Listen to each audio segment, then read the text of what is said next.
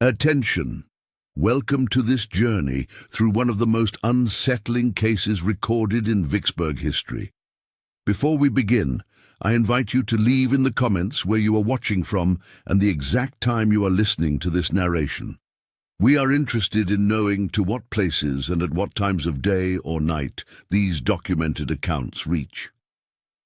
In the autumn of 1843, the Mississippi River ran unusually low near Vicksburg, exposing sections of muddy bank that had remained submerged for decades. It was during this period that workers repairing the levees discovered what would become one of the most disturbing mysteries in Warren County records.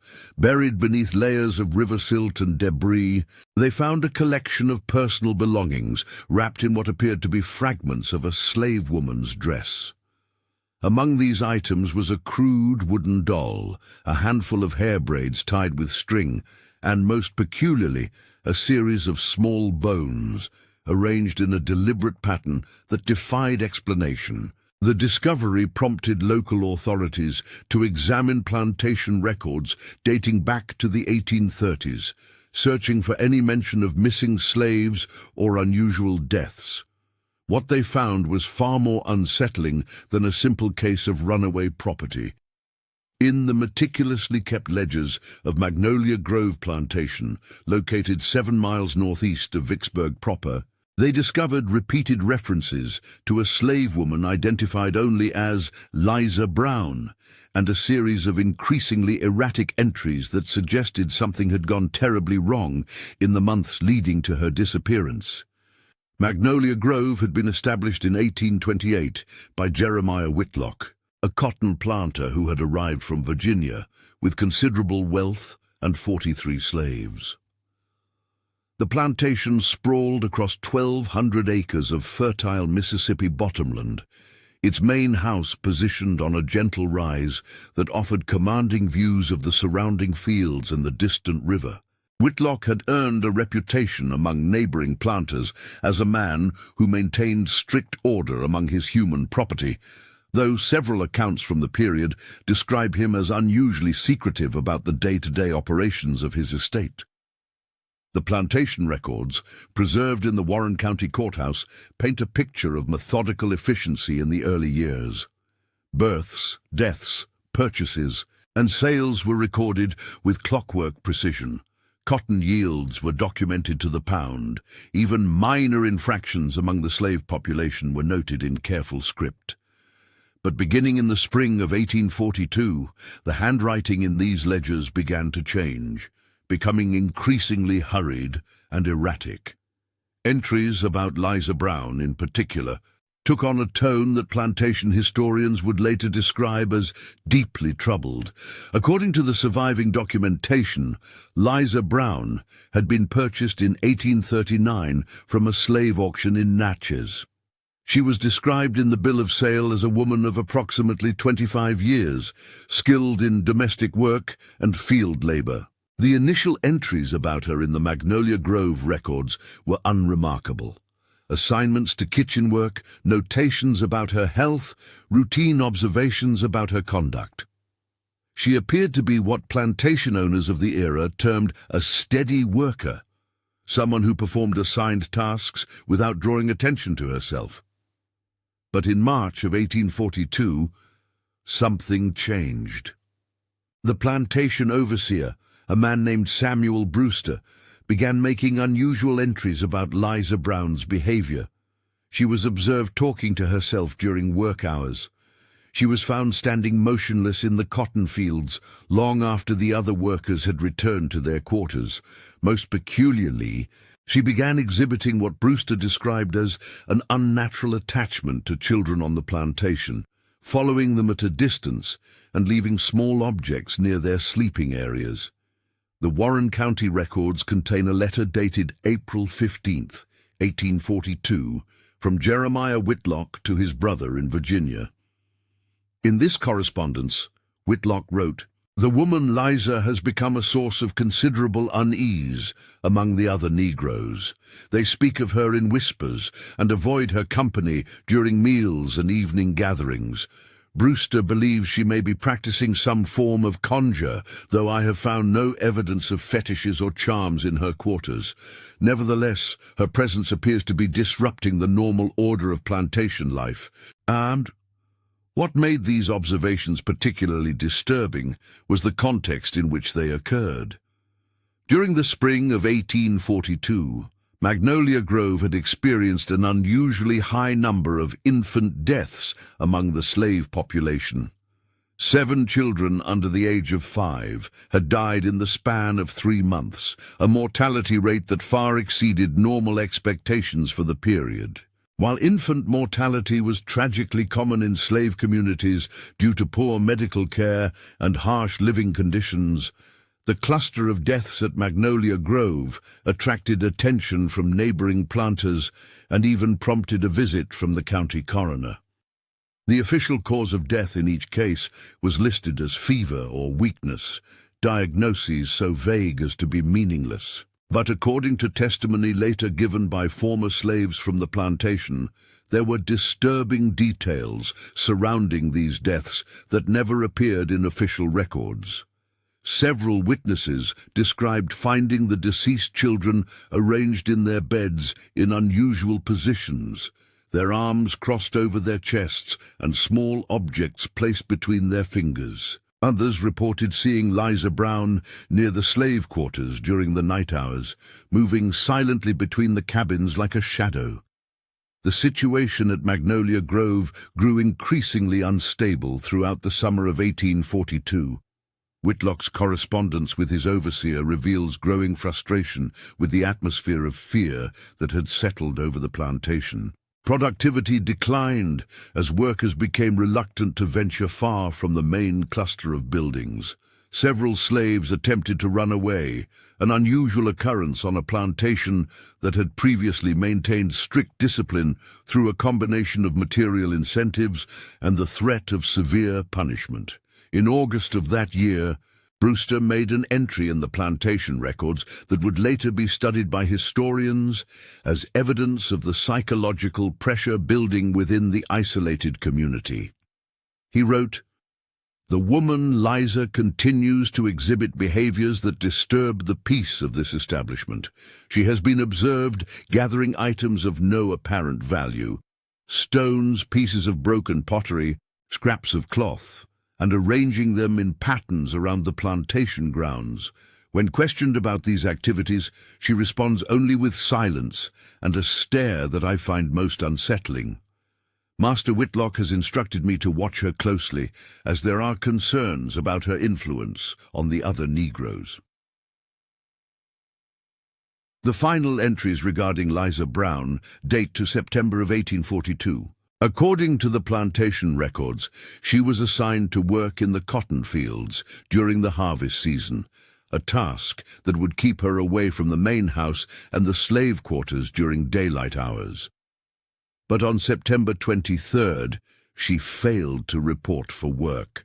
A search of the plantation grounds revealed no trace of her presence. Her few personal belongings remained untouched in her cabin, and none of the other slaves claimed to have witnessed her departure.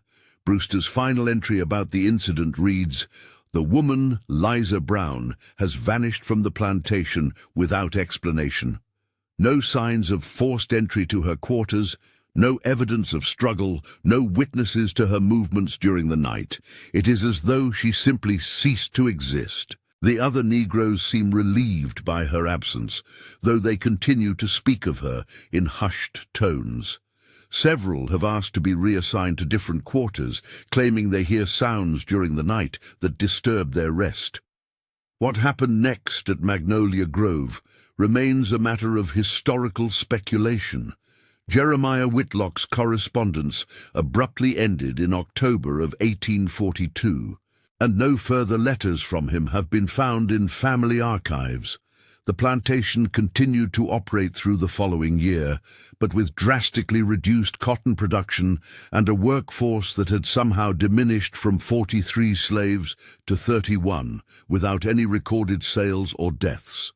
The missing documentation for this period has never been satisfactorily explained. Local oral traditions, passed down through generations of former slaves and their descendants, tell a different story about the fate of Liza Brown and the events at Magnolia Grove. According to these accounts, Liza had not simply vanished, but had been killed by Whitlock and Brewster after they discovered the true nature of her activities on the plantation. The stories describe a secret burial on plantation grounds, a hasty cover-up, and a conspiracy of silence that extended beyond the boundaries of the estate. These oral histories gained unexpected credibility in 1857, when renovation work on the Magnolia Grove main house revealed a hidden space beneath the kitchen floor. Workers found a collection of items that included children's clothing, small bones arranged in careful patterns, and fragments of what appeared to be a diary written in a crude, barely literate hand. The diary entries, allegedly written by Liza Brown herself, described experiences that challenged everything previously understood about her time at the plantation. According to the recovered fragments, Liza Brown had arrived at Magnolia Grove already traumatized by experiences that had occurred during her years of enslavement in Louisiana.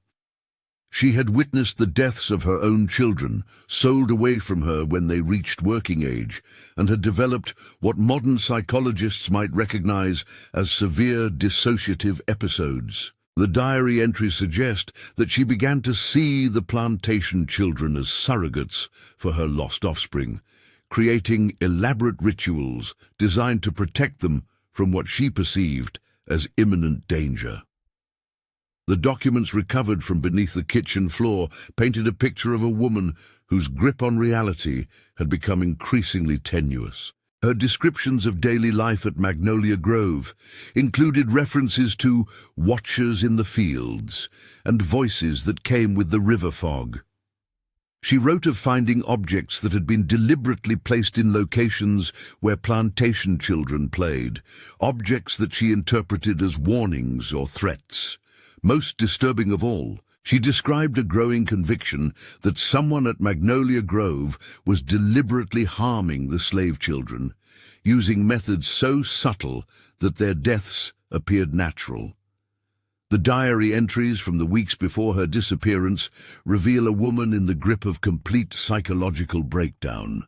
She wrote of staying awake through the night to watch over sleeping children, of following plantation workers to observe their interactions with the young slaves, of gathering what she called protection items to shield the children from harm. Her final entries describe a confrontation with Brewster and Whitlock, though the specifics of what transpired are rendered nearly illegible by water damage and the passage of time. Historical examination of the Magnolia Grove plantation records from this period reveals a pattern that supports some elements of Liza Brown's increasingly paranoid worldview.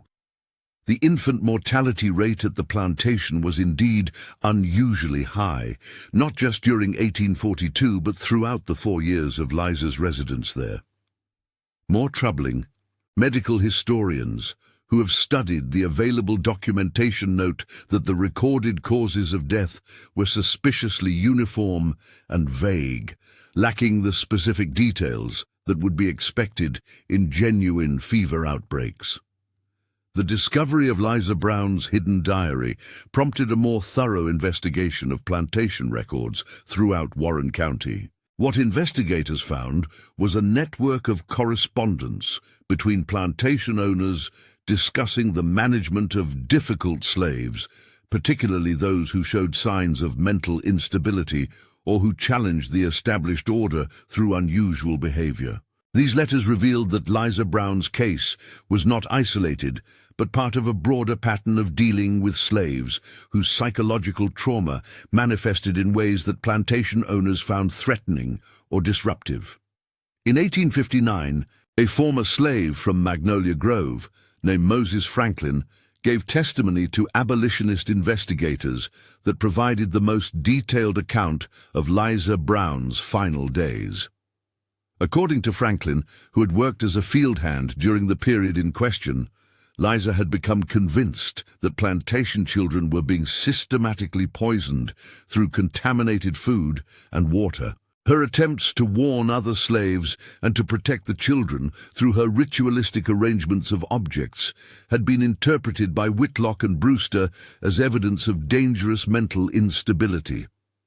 Franklin's testimony described a nighttime confrontation between Liza and the plantation authorities that took place in late September of 1842. According to his account, Liza had been caught attempting to remove several children from their quarters, claiming that she had discovered evidence of a plot to harm them. The confrontation became violent when she refused to return the children to their families, insisting that they were in immediate danger. Franklin claimed that he witnessed Brewster striking Liza with a heavy stick, causing her to fall and strike her head against the corner of a building. What happened next, according to Franklin's testimony, was a hasty effort to dispose of Liza's body and eliminate any evidence of the confrontation. Her personal belongings were gathered and buried near the river, while her body was allegedly thrown into the Mississippi during a particularly dark night when the moon was obscured by clouds. The other slaves were warned that any discussion of Liza Brown's disappearance would result in severe punishment, creating a conspiracy of silence that persisted for years. The credibility of Franklin's testimony was supported by physical evidence discovered during the excavation of areas around the former Magnolia Grove plantation. Archaeological investigation in 1861 revealed disturbed soil patterns consistent with hasty burials, as well as fragments of personal items that matched descriptions of belongings associated with Liza Brown. More significantly, investigators found evidence of unusual chemical residues in areas where plantation children had commonly gathered, residues that could have resulted from the administration of harmful substances. The case of Liza Brown became a subject of particular interest to abolitionists, seeking to document the psychological toll of slavery on both enslaved individuals and their families. Her story illustrated the way in which the trauma of separation, violence, and dehumanization could manifest in behaviors that were interpreted by slave owners as evidence of inherent mental deficiency or spiritual corruption. The ritualistic arrangements of objects, the protective behavior toward children, and the elaborate theories about deliberate harm all reflected the desperate attempts of a traumatized woman to maintain some sense of control and purpose in an environment designed to strip away human agency. Medical historians studying the documentation from Magnolia Grove have noted that Liza Brown's symptoms align closely with what modern psychology recognizes as complex post-traumatic stress disorder, particularly as it manifests in individuals who have experienced repeated losses and separations. Her hypervigilance regarding the safety of plantation children, her elaborate protective rituals, and her developing paranoia about threats to those children all represent psychological adaptations to chronic trauma and powerlessness. The broader implications of Liza Brown's case extended beyond the boundaries of individual psychological suffering to encompass questions about the systematic use of terror and violence to maintain plantation discipline. The unusually high infant mortality rate at Magnolia Grove, combined with the suspicious uniformity of recorded causes of death, suggested the possibility that deliberate harm to children was being used as a method of psychological control over the adult slave population. Liza's increasingly frantic attempts to protect the children may have reflected an accurate perception of genuine threats rather than paranoid delusions. Documentation recovered from other plantations in the region during the 1860s revealed that the deliberate targeting of slave children was not uncommon as a disciplinary measure. Plantation owners understood that the bonds between enslaved parents and their children represented a potential source of resistance, and many developed methods of using threats to children as a means of controlling adult behavior. The death of slave children, whether through deliberate neglect or more active measures, served multiple functions. It eliminated future mouths to feed, it demonstrated the absolute power of the master, and it created a climate of terror that discouraged resistance. The psychological profile that emerges from the surviving documentation of Liza Brown's life suggests a woman caught between accurate perceptions of genuine threats and the increasing inability to distinguish between real and imagined dangers. Her trauma-induced hypervigilance may have allowed her to recognize patterns of deliberate harm that other slaves, psychologically numbed by their circumstances, had learned to accept as inevitable. But the same psychological mechanisms that heightened her awareness also contributed to her growing isolation and her development of increasingly elaborate protective behaviors that alienated her from the community she was trying to protect. The final documented reference to Liza Brown appears in a letter written by Jeremiah Whitlock's nephew in 1864. Shortly before the plantation was abandoned during Sherman's march through Mississippi, the nephew wrote, "Among the papers left behind by my late uncle, I discovered several documents relating to incidents that occurred more than 20 years ago. The records describe events that cast doubt on the official accounts of various deaths and disappearances on the plantation. I have decided to burn these papers rather than preserve them, as they contain information that could prove damaging to the family reputation even after all this time." The deliberate destruction of documentation related to Liza Brown's case represents a pattern that historians have identified throughout the post-war period. As white families sought to eliminate evidence of their participation in the more brutal aspects of slavery, the systematic burning of plantation records, personal correspondence, and official documentation has made it difficult to fully understand the scope of psychological and physical violence that characterized the institution of slavery, particularly as it affected individuals whose trauma manifested in ways that challenged the social order.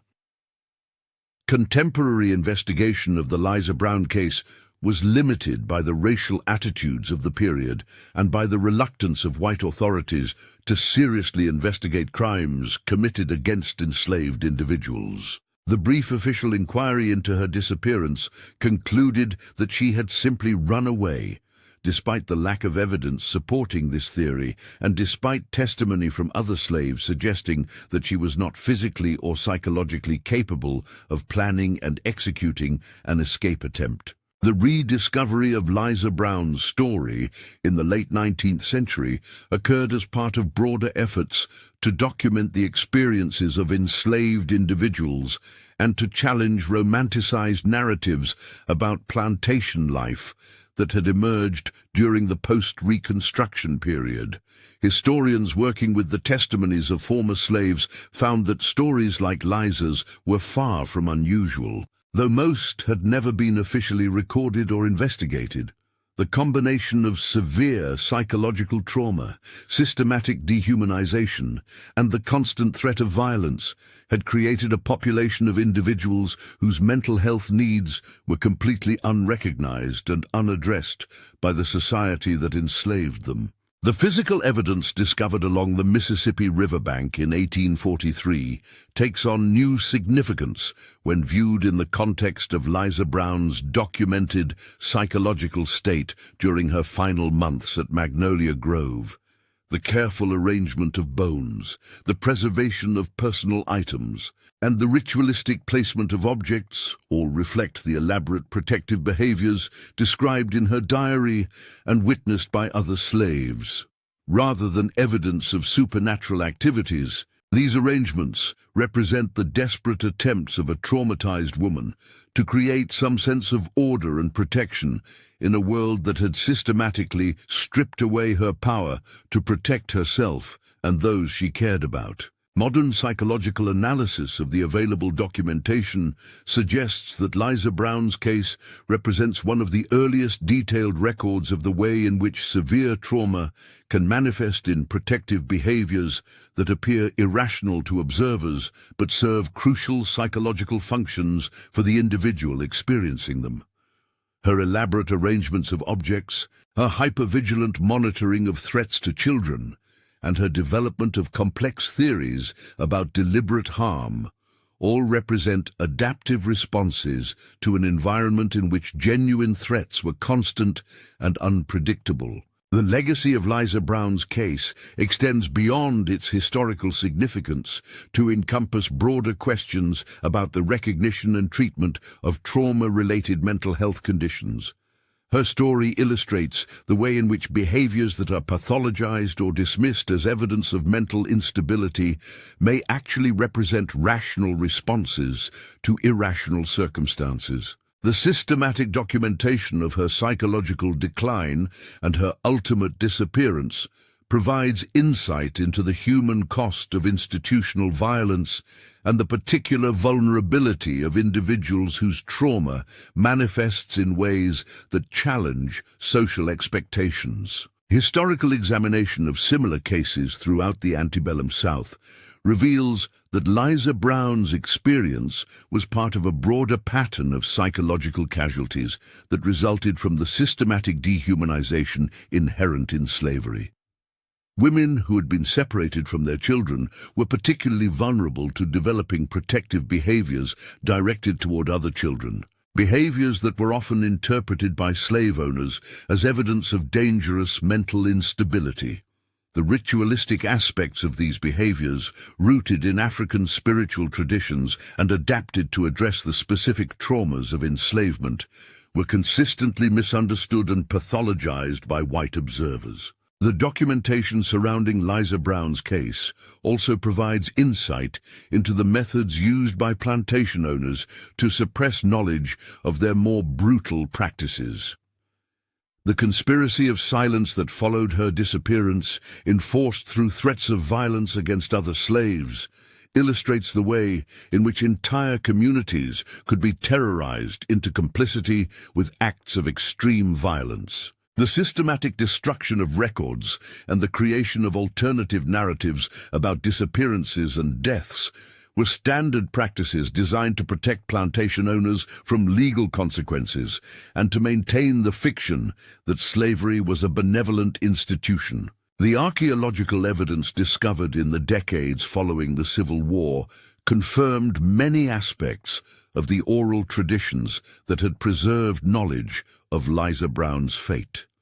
The location of buried personal items, the chemical residues found in areas where children had gathered, and the disturbed soil patterns all supported testimony from former slaves about the circumstances surrounding her death and the subsequent cover-up. These physical discoveries provided tangible evidence that challenged official accounts and demonstrated the reliability of oral histories that had been dismissed by white historians as unreliable folklore. In 1867, the final piece of documented evidence related to Liza Brown's case emerged when renovation work on a church in Vicksburg uncovered a collection of letters hidden behind a wall panel. Among these letters was a confession written by Samuel Brewster shortly before his death in 1865. The confession provided the most detailed account of the events surrounding Liza Brown's disappearance and confirmed many of the details that had been preserved in oral tradition among the slave community.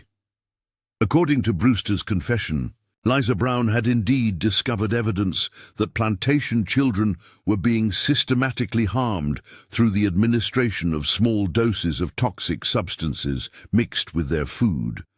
Her increasingly frantic efforts to protect the children had led to a confrontation in which she threatened to expose the practice to authorities outside the plantation. Fearing the potential consequences of such exposure, Brewster and Whitlock had decided that she represented an unacceptable threat to their continued operation of the plantation. The confession described a deliberate plan to eliminate Liza Brown and to dispose of evidence of her presence on the plantation. Her personal belongings were buried near the river to create the impression that she had drowned while attempting to escape. Her body was weighted with stones and sunk in a deep section of the Mississippi River during a moonless night. The other slaves were told that she had been sold to a plantation in Texas, and any inquiries about her fate were met with warnings about the consequences of asking too many questions about plantation business. Brewster's confession also revealed that the systematic poisoning of slave children had been motivated by economic considerations rather than pure sadism. The deliberate reduction of the slave population through the elimination of children who were too young to work effectively was seen as a method of reducing expenses while maintaining a workforce of optimal size and productivity. The practice had been implemented gradually and carefully to avoid creating suspicion, with deaths spaced out over time and attributed to common childhood illnesses. The revelation that Liza Brown's increasingly paranoid behavior had been rooted in accurate perceptions of genuine threats recast her story from a tale of mental illness to one of heroic resistance against systematic violence. Her attempts to protect plantation children, dismissed by contemporaries as evidence of psychological instability, represented one of the few documented cases of an enslaved individual actively resisting the institutional violence that targeted the most vulnerable members of the slave community. The case of Liza Brown became a subject of study for early civil rights activists seeking to document the full scope of violence and trauma that had characterized the institution of slavery. Her story provided evidence that the psychological damage inflicted by slavery extended far beyond the individual trauma of enslavement to encompass the systematic targeting of family relationships and the deliberate creation of environments in which protective behaviors were pathologized and punished. Modern historians studying the documentation related to Liza Brown's case have noted that her story illustrates the intersection of gender, race, and mental health in ways that were not understood or acknowledged during the period in question. As a woman who had lost her own children to the slave trade, her protective behaviors toward other children reflected both personal trauma and a broader understanding of the threats facing enslaved families. Her resistance to the systematic harm being inflicted on plantation children represented a form of political action that challenged the authority structure of the plantation in ways that could not be tolerated by those in power. The physical evidence recovered from the sites associated with Liza Brown's story continued to yield information well into the 20th century. Archaeological excavation in 1923 uncovered additional personal items that had been buried along with the original cache discovered in 1843. These items included fragments of a quilt that had been pieced together from scraps of fabric from multiple sources, suggesting that Liza had been creating objects that combined protective symbolism with practical function. The quilt fragments showed evidence of having been deliberately arranged around other objects in patterns that reflected both African spiritual traditions and individual creative expression. Chemical analysis of soil samples from areas around the former Magnolia Grove plantation revealed the presence of metallic compounds that were not naturally occurring in the local environment. These compounds were consistent with the use of lead-based pigments and mercury-containing substances that were commonly available during the period and that could have been used to deliberately poison food and water supplies. The concentration of these compounds in areas where slave quarters had been located provided additional evidence supporting the accounts of systematic poisoning described in Brewster's confession. The case of Liza Brown also attracted attention from medical historians studying the development of psychiatric practices in the antebellum South. Her story provided documentation of the way in which behaviors associated with trauma were interpreted and treated during a period when mental illness was poorly understood and when the psychological needs of enslaved individuals were completely ignored by the medical establishment. The detailed records of her behaviors, preserved in plantation documents and oral tradition, offered insight into the manifestation of complex trauma in individuals who had no access to appropriate treatment or support. Research conducted in the 1930s by historians working for the Works Progress Administration uncovered additional testimony from descendants of slaves who had lived on plantations throughout Warren County during the 1840s. These accounts provided corroborating evidence for many aspects of Liza Brown's story and revealed that similar incidents had occurred on other plantations in the region. The pattern of systematic violence against slave children, combined with the pathologizing of protective behaviors by adults who tried to intervene, appeared to have been more widespread than previously documented. The psychological profile that emerges from the complete documentation of Liza Brown's case reveals a woman whose mental health deteriorated in direct response to her growing awareness of threats to children she had come to regard as surrogates for her own lost offspring. Her elaborate protective rituals, her hyper-vigilant monitoring of potential dangers, and her increasing isolation from other members of the slave community all represent predictable responses to the intersection of personal trauma and ongoing environmental threats. The story of Liza Brown reached a conclusion of sorts in 1947, when construction work on a new levee system exposed additional remains along the Mississippi riverbank near the site of the original discovery. Among these remains were bone fragments that forensic analysis determined to be from a woman of approximately 30 years of age who had died from blunt force trauma to the head. The location of the remains, combined with their age and the nature of the injuries, supported testimony about the circumstances of Liza Brown's death that had been preserved in oral tradition for more than a century.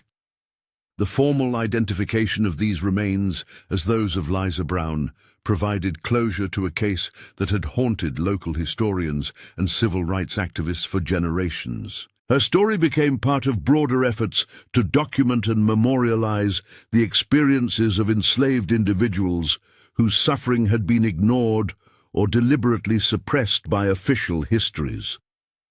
Memorial services held in her honor acknowledged not only her individual tragedy, but also the thousands of similar cases that had never been documented or investigated. The legacy of Liza Brown's case extends beyond its historical significance to encompass ongoing discussions about the recognition and treatment of trauma-related mental health conditions, particularly among individuals who have experienced systematic oppression and violence. Her story illustrates the importance of understanding seemingly irrational behaviors within the context of the environments that produced them, and it challenges contemporary assumptions about the relationship between mental illness and resistance to oppression.